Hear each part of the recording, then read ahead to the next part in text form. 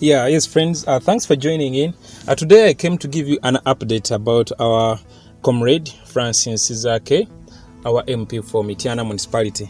Very many of you have been asking me, JB, how is Honorable Zaake? By the time I used it to, broadcast for you events at Kamocha, I could see in the comment section updates about Zaake. So today I'm coming with the Zaake's updates. What I can say briefly, Honorable Zaake is in the United States of America. Yes, he's in the USA for further treatment. And actually, on the 18th of February, he posted and said, arrived well in the United States of America for specialized treatment of my paralyzed legs and back, plus solving the issue for the fear of light in my eyes, as advised by my physician. I pray that the US doctors carry out the treatment therapy fruitfully so that I get back to perfect shape again. So that was the statement from Honorable Zaake on the 18th of February 2021. He went to USA for specialized treatment.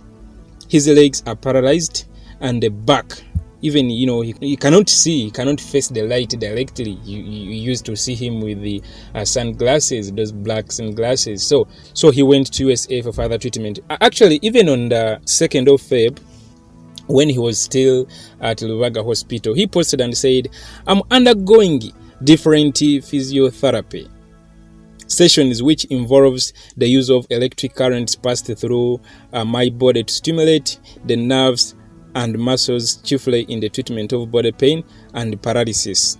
Natekako, all will be well. So that was when he was in Rubaga Hospital. He was undergoing physiotherapy treatment. Physiotherapy, for those who do not know this treatment, this is the kind of treatment that involves physical methods such as massage, heat treatment, and the exercises, rather than this normal treatment of using drugs and surgery.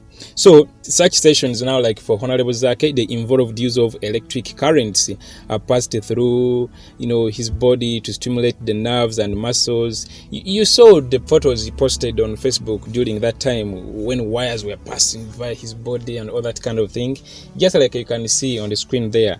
So just know that he's undergoing too much pain. His legs are paralyzed. When we talk about paralysis, it is simply the loss of the ability to move, and sometimes to feel anything, in part of or most of the body. It is typically caused by illness, poison, injury. But of course, for Honorable Zaake, you all know it is because of the injuries that he sustained, the beatings. Remember, as he was going to visit our president, Kyagulanyi Ssentamu Robert, he was brutally, arrested. Remember that day. Actually, on the 24th of January, he made an update about that incident that happened at Magere. Honorable Francis Zaake highlighted how the incident was. He briefed us how it all started and how it ended. This is what Honorable Zaake said. That was on the 24th of January 2021. He said, on the morning of the 16th of January, I received a call from our president, Honorable His Excellency Kyagulanyi Ssentamu, notifying me of a presser he had organized for all NUP-MP elects later that day. Up on my arrival at the first roadblock staged before the Freedom Drive signpost near my president's home in Magere, I encountered several members of local and foreign press. Some MPs too had already arrived. I had a press briefing with the press crew, who briefly interviewed me about the political persecution I have faced on several occasions. After interview, I sought clearance at the roadblock to access my president's home, but the officer referred me to their overall commander, who they said was ahead. They removed their barricades and proceeded towards his home, and I proceeded towards his home, where I encountered another roadblock. I hadn't been told about. I was informed from this roadblock that I wouldn't proceed to my president's residence under any circumstances without clearance from the overall commander. The junior officers informed me that their commander was a few meters close to my president's gate, and therefore I should individually reach out to him to seek access to his home. I proceeded to the final checkpoint to have a word with the commander. I politely requested for passage into his home. He refused and ordered me to make a U-turn to go back where I was coming from. I told him that detaining my president at home without any charges was illegal, and then turned to walk back to my vehicle. No sooner had I turned my back to head back into my vehicle than the commander pushed my head and I fell down on my walking clutch. He grabbed the clutch and started hitting me with the clutch till it split in half. The commander then ordered his men to carry me shoulder high and then dump me on the ground. Meanwhile, my driver was covering the incident from a distance using his mobile phone camera. They charged at him, confiscated his phone, and thumped him mercilessly till he fled back into the vehicle. They then bundled me under the tires of my vehicle, and in the process, my sunglasses shattered. They kept grilling me to explain what exactly Bobiwine and NUP were planning. What are you doing here? This is not Mityana. You think this country belongs to you? The commander barked. I kept wailing and calling out for help, but nobody could come to my rescue. Later, the mobile police patrol car arrived and I was bundled in. My suit coat had been torn in the process, so they removed it together with my shirt and left my chest exposed. They then threw my broken sunglasses and clutches away and then whisked me away at breakneck speed. I was driven to Kasangati police station where they confiscated all my belongings before putting me in a cell. They took my watch, cash worth 1.7 million, my belt, and then ordered the suspects I had found in the cell to tie me up, but the suspects declined. Angered by the defiance of the suspects, the police officers instituted more beatings on me. They hit my knuckles, ankles, elbows, shoulders, and my neck. One of them dug his nails into my face and left me scarred around the forehead and my eyes. When they were done with the battering, they started dragging me to leave the cells upon realizing that my health had deteriorated. Operatives from SI Uchireka, where I was tortured last year, including Musa Rugembe and Hamdan Twesije, were present at the scene. They ordered me to leave their cells, saying that they had informed my wife and that she was already on her way to collect me. We've talked to Bridget and we have the ambulance ready. We can drive you to the hospital of your choice or at home, they said. They then handed back some of my belongings they had confiscated and bundled me into their ambulance.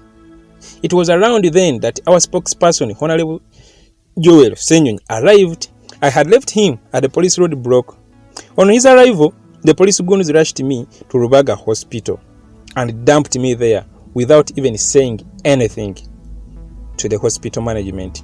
Subsequent medical examination revealed that I had sustained injuries around my eyes and face. My neck bone was injured and I had sustained abdominal muscular strains that to date have affected my walking and standing abilities. I cannot sit or stand on my own. My limb joints too were weakened and can't ably support my locomotion. The knuckles, ankles, and fingers still hurt. Up to now, I'm still languishing in agony, but I'm steadily recuperating, and I believe in a few days I'll be discharged. Doctors have now advised me to take rest and go for further medical management so that I can fully recover. I am, however, puzzled by the police remarks that whatever I faced was self-inflicted. This is a consistent narrative they have sustained right from the first time they tortured me in their custody to evade accountability. Regarding the struggle, Even as I am confined to my sick bed, I will not give up. We are not giving up regardless of the repression imposed on us. I will start from where I had stopped. Our struggle is within our souls. You may weaken our bodies, but not our resolve. We are still firm and focused. It is only a few of us confined to sick beds, jail cells, torture chambers, and the like. Majority of those in the struggle are free. Our struggle will continue until our country is free from the chains of dictatorship. Justice for torture victims. We are removing a dictator. Free political prisoners. That was the statement from Honorable Francis Zaake on the 24th of January. But I have to remind you, during that time, Facebook was down. Communication was still a problem. You could not even get any breaking news like we always get them. So a few who witnessed this brutality are the ones who were present. The likes of Joel Osenyonyi, the likes of those comrades who had gone to visit our president, Kyagulanyi Ssentamu. Remember, by that time, he was still under house arrest. So ever since then, our comrade has never recovered. And the situation worsened, and he had to, fly to USA. And just like I told you, on the 18th of February, he said arrived well in the United States of America for specialized treatment of my paralyzed legs and the back, plus solving the issue for the fear of light in my eyes, as advised by my physician. As I pray that the US doctors carry out the treatment therapy fruitfully so that I get back to perfect shape again. So basically, that is the update from our Honorable Francis Zaake Butebi, the MP for Mityana Municipality. All I can say to you, he will be fine. Yes, let's continue praying for him, and as well continue to, ask for the immediate release of our comrades, because they are still in the detentions. Their crime is to support Kyagulanyi Ssentamu Robert.